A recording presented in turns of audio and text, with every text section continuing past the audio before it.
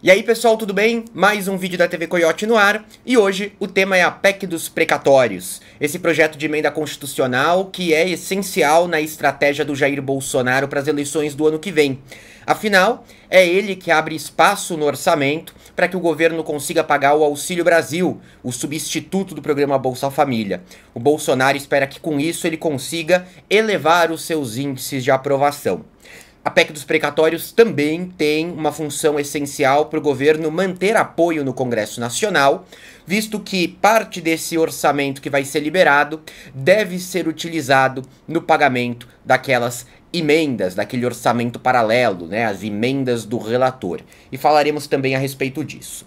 Gente, a PEC dos precatórios basicamente define que o governo vai dar calote nesses chamados precatórios. Ele não vai pagar dívidas judiciais que já transitaram em julgado. É disso que se tratam os precatórios. O projeto de emenda constitucional ele anula essas dívidas em uma canetada. Basicamente é isso. É uma mistura, sim, de calote, com pedalada fiscal, com um furo do teto, mas tentando passar a impressão de que está dentro daquele teto de gastos bastante polêmico. Passou na Câmara dos Deputados em primeiro turno, através de um grande empenho por parte do presidente da Casa, Arthur Lira, que trabalhou muito em nome dessa PEC. Passou por 312 a 144 votos, uma margem muito apertada, né? O projeto de emenda constitucional ele precisa de 308 votos para passar. 2 turnos em cada casa. No Senado são necessários ali também 2/3 dos senadores. Então passou apertado. O presidente da Casa, Arthur Lira, fez uma série de manobras regimentais para conseguir essa margem e agora vai ter a votação em segundo turno. É muito provável que ela ocorra amanhã, terça-feira, e o resultado que a gente vai ter é um pouco incerto. Tem vários fatores pesando em diferentes direções. Se a PEC passar, o governo vai ter um espaço de 91,6 bilhões liberados no orçamento do ano que vem. Isso porque, além do calote nos precatórios, se estabelece também aí a questão do reajuste da taxa de inflação que vai corrigir os gastos. E aí, com isso, a liberação orçamentária acaba sendo um pouco maior. Então, existem basicamente 3 grandes muros para aprovação dessa PEC da agora em diante. Passou em primeiro turno na Câmara, tem que passar em segundo turno, tem que passar no Senado, e a terceira questão é o Judiciário. O Judiciário pode representar um problema muito sério para o Bolsonaro conseguir aprovar esse projeto. Se ele não conseguir aprovar, ele vai ter que pensar junto com a equipe econômica em uma série de estratégias para poder garantir benefícios sociais agora com o fim do Bolsa Família. Eu digo que a questão judicial ela também é muito relevante aqui, porque a ministra Rosa Weber ela concedeu um prazo de 24 horas para que a Câmara se pronuncie sobre a votação dessa PEC. Essa decisão da Rosa Weber ela vem na esteira de pedidos de vários partidos de oposição, e agora que se soma um pedido do ex-presidente da Câmara dos Deputados, Rodrigo Maia, que entrou com uma ação no STF pedindo a suspensão da tramitação da PEC. A oposição, ela alega, além de tratar a questão do mérito em si do projeto de emenda constitucional, que está anulando dívidas que são ali tuteladas pelo judiciário, então já se trataria ali de uma forma do executivo e do legislativo se meterem em uma questão do judiciário, também a forma como essa tramitação se deu. Para o Lira conseguir passar esse projeto com essa brecha de 4 votos pequena, né, para que ele não saísse derrotado, ele estabeleceu, por exemplo, um ato que permitia que deputados em viagem, quando essa viagem for considerada uma missão autorizada pela Câmara dos Deputados, participassem à distância das votações em plenário. Como cerca de 20 deputados estão na Europa, né, em reuniões relacionadas ao G20 e à COP26, esses deputados puderam votar só por causa desse ato do Lira. E muita gente questiona se isso seria autorizado pelo regimento interno da Câmara dos Deputados e também do ponto de vista constitucional. Teria sido uma manobra à la Eduardo Cunha, né, para garantir que você tivesse mais gente presente e pessoas presentes que estariam dispostas a votar a favor, né, num curto espaço de tempo. Além dessa estratégia do Arthur Lira, ele também ali marcou uma sessão antes, mexeu em horário, tudo em razão do feriado, para garantir que os deputados estivessem em Brasília na hora de votar. Muito com feriado no início de semana, muitos deputados acabam não indo para Brasília, não comparecem às sessões da semana. Isso acabou tendo um peso bastante considerável.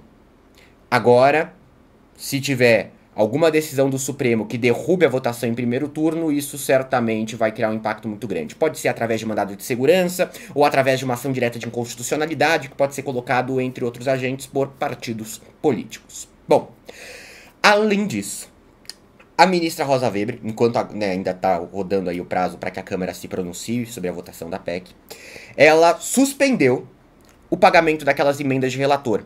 Aquelas emendas do chamado orçamento paralelo que vêm sendo utilizadas pelo governo federal para garantir votos no Congresso dos parlamentares do Centrão. Né? Então, o Centrão vota com um governo, no geral, em troca de duas coisas. Verbas, muitas vezes destinadas para os seus redutos eleitorais, verbas que chegam através de emendas, e também da distribuição de cargos. As duas coisas vêm sendo feitas com uma intensidade nunca antes vista no país. A Rosa Weber suspendeu o pagamento dessas emendas do relator. Isso pode criar impacto direto na votação da PEC, porque o governo liberou quase R$1 bilhão em emendas para os deputados nas vésperas da votação da PEC. Então, o resultado que a gente teve está muito ligado a isso. O trabalho que o Arthur Lira teve para aprovar esse projeto de emenda constitucional também está ligado a essa liberação de dinheiro em véspera, né, de ano eleitoral. E, além disso, também porque essas emendas do relator, muito possivelmente, seriam beneficiadas pelo espaço liberado no orçamento com a PEC. Porque nem tudo vai para Auxílio Brasil. Uma parcela gigante vai para Auxílio Brasil. Outra parcela vai para benefícios aos caminhoneiros. Também aí com uma função eleitoral importante para o governo. E o resto ali está muito nebuloso. E o entendimento geral, praticamente, é que vai acabar com emendas do relator. A Rosa Weber, ela suspendeu e isso deve ser julgado em plenário virtual pelo Supremo agora entre o dia 9 e 10 de novembro. Seria depois da votação em segundo turno na Câmara. Mas pode criar reflexo já no que vai acontecer nessa votação antecipada, conforme se prevê o resultado que você vai ter lá no STF, e também quando chegar na votação do Senado. Com a suspensão, fica difícil de convencer os deputados a manterem uma posição e uma articulação tão forte em favor da PEC, até porque ela em si também deixa de ser benéfica, além do pagamento feito para que eles votem a favor dela. Então, tem esses dois muros no judiciário. A questão das emendas da Rosa Weber, que vai para o julgamento virtual, e a PEC em si, que pode ser barrada em razão de uma possível avaliação de que o Lira não respeitou preceitos constitucionais com a estratégia de liberar a votação de parlamentares em viagem, isso exigiria um novo primeiro turno, e também com o fato da PEC em si ser ali um calote dado exatamente com questões tuteladas pelo judiciário. Os precatórios são o documento que coloca ali no orçamento que determinada indenização deve ser paga pelo poder público. Passou pelo judiciário. Isso deve pesar na decisão. Acho que a questão judicial que está em jogo, ela tá bem grande. E o resultado que a gente vai ter aqui ele ainda é muito imprevisível. Muito imprevisível. E em como a coisa judicial pode interferir no resultado político disso na Câmara, em segundo turno e no Senado. Outra coisa que pega é que o resultado foi muito apertado. Ele foi muito apertado e ele contou com alguns apoios talvez inesperados. O PDT, por exemplo, e o PSB tiveram uma quantidade considerável de parlamentares, especialmente o PDT, que votaram a favor do projeto de emenda constitucional. Os dois, somados a alguns deputados do PSDB, foram os três partidos que votaram, pelo menos em uma parcela, em favor dessa ideia do governo. O resto da oposição foi contra, como era esperado. Essa votação a favor ela se deu muito pelo fato de que o Arthur Lira fechou um acordo de incluir no projeto uma antecipação aos estados e municípios do pagamento dos precatórios relacionados ao antigo Fundo de Manutenção e Desenvolvimento do Ensino Fundamental e da valorização do magistério, Fundef.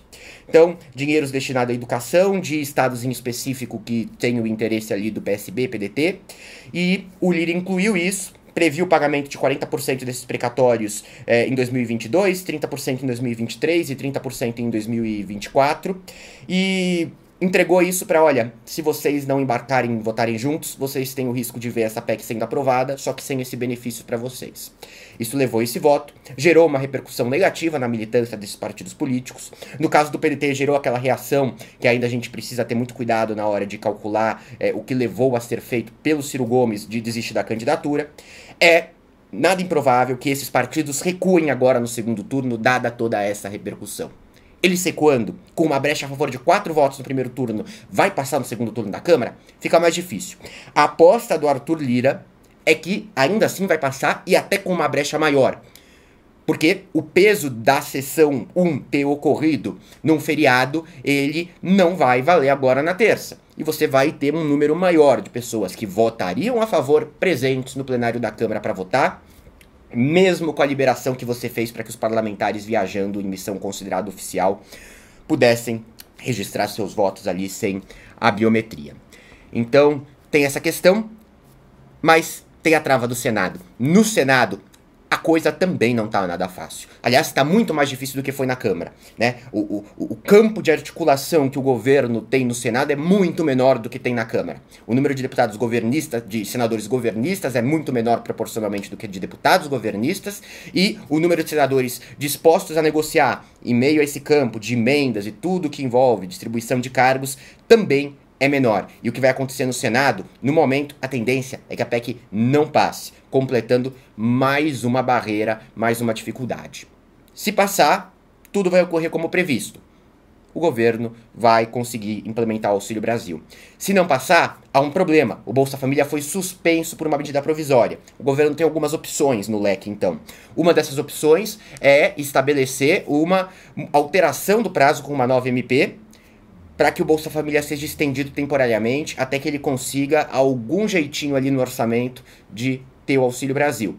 Outra possibilidade é, provisoriamente, continuar pagando o auxílio emergencial até que isso seja ajeitado. E, por último, evidente, retomar com o Bolsa Família através de MP e tudo aí vai ter que ser feito e bem articulado. Tá uma confusão também porque o Bolsa Família tá com uma fila gigantesca. Tá uma confusão porque os beneficiários do Bolsa Família estão um pouco preocupados, na verdade muito preocupados, com os rumos que você vai ter do programa social daqui pra frente. Tá suspenso. Se o Auxílio Brasil não for pago até o final desse mês, não vão receber nada. Como que vai ficar isso? O Auxílio Brasil teve alguns detalhes, algumas informações divulgadas, mas muito pouco para um programa que já tá para entrar em ação. Como que vai funcionar exatamente, quanto que cada um vai receber, tudo isso tá extremamente nebuloso. Se não bastasse, enquanto o Bolsa Família tem toda a questão da inclusão, da abordagem presencial com os beneficiários, a essência do Auxílio Brasil ela estará num aplicativo. E isso deve dificultar bastante também a comunicação com todos que devem receber do programa. Vamos acompanhar as cenas dos próximos capítulos.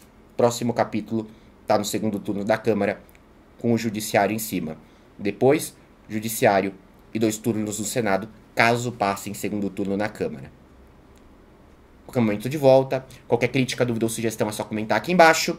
Lembre de assinar o Cotflix para colaborar com o meu trabalho, ou então assinar o pacote gratuito para ter acesso a todos os conteúdos regulares do canal, alguns conteúdos exclusivos, filmes clássicos, séries, desenhos. É o streaming que une cultura e informação. O link tá aqui na descrição. Até a próxima.